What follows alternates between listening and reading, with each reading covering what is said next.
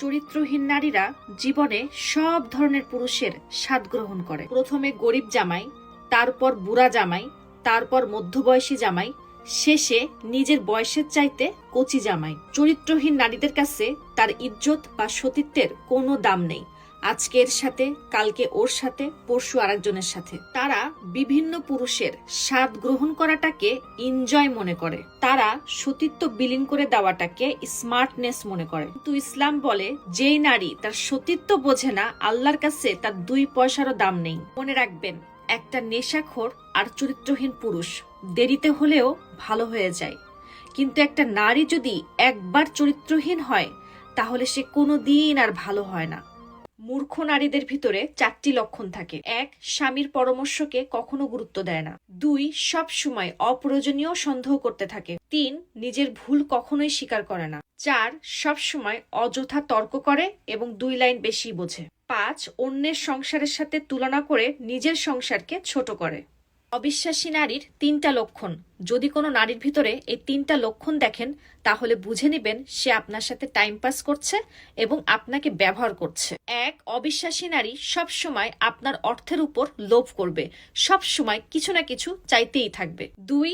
যে নারী আপনার সামনে অন্য পরপুরুষের প্রশংসা করে, সেই নারী অবিশ্বাসী।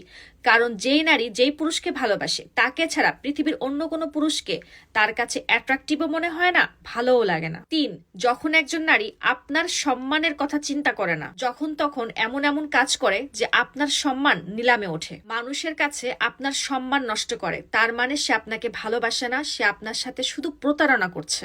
আপনার শখের নারীর ভিতরে যদি এই লক্ষণগুলি থাকে, তাহলে সাবধান হয়ে যান, যাতে করে আপনি নিজেকে, আপনার জীবনকে এবং আপনার সম্মানকে নিরাপদে রাখতে পারেন।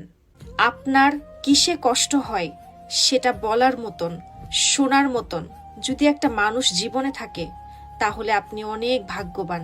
কারণ কিছু মানুষ কিসে কষ্ট পায় আর কিসে আঘাত পায় সেটা বলার জন্য একটা সময়ের অপেক্ষা করে, কিন্তু সেই সময়টা আর কোনোদিন আসে না। আমেরিকার মনোবিজ্ঞানীরা বলেন, যেই স্ত্রী তার স্বামীর কথা শোনে না, সেই স্বামী আস্তে আস্তে বিষণ্ণতায় ভোগে, ডিপ্রেশনের রোগী হয়ে যায় এবং তার হৃদরোগ হয়ে যায়। যারা স্বামীর কথা শোনেন না, বেয়াদবি করেন, স্বামীকে চারানার মূল্য দেন না, তাদেরকে বলছি। যেখানে আল্লাহর হাবিব আমাদের নবীজি বলেছেন, আল্লাহর পরে যদি কাউকে সেজদা দেওয়ার নির্দেশ হতো, তাহলে আমি আমার উম্মতি মহিলাদেরকে স্বামীকে সেজদা দেওয়ার নির্দেশ দিতাম। মনে রাখবেন, একটা নারী যদি তার স্বামীর পা ধোয়ার পানি দিনে 3 বারও পান করে, তারপরেও সেই নারী তার স্বামীর ঋণ পরিশোধ করতে পারবে না।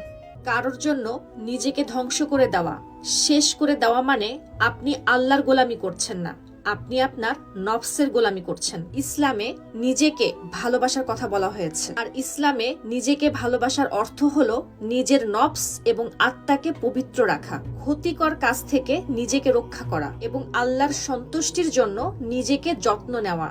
কারোর জন্য জিন্দা লাশ না হয়ে নিজেকে ভালোবাসার জন্য এই দোয়াটি পড়ুন। বিসমিল্লাহির রহমানির রহিম। আল্লাহুম্মা ইন্নি আসআলুকা হুব্বাকা ওয়া হুব্বা মান ইউ হিব্বুকা ওয়া আমালান উই বাল্লিগুনি হুব্বাকা। অর্থ, হে আল্লাহ, আমি আপনার কাছে ভালোবাসা চাই এবং এমন একটা মানুষের ভালোবাসা চাই যে আপনাকে ভালোবাসে, আর আমি এমন আমল বা কাজ করার সামর্থ্য চাই যা আমাকে আপনার ভালোবাসার দিকে নিয়ে যাবে। সুবহানাল্লাহ, এত সুন্দর দোয়া। নিজেকে ভালোবাসার জন্য আর একটা ভালো মানুষের ভালোবাসা পাওয়ার জন্য এই আমলটি করুন। ইনশাআল্লাহ আল্লাহ সবার দোয়া এবং আমল কবুল করুক। আমিন।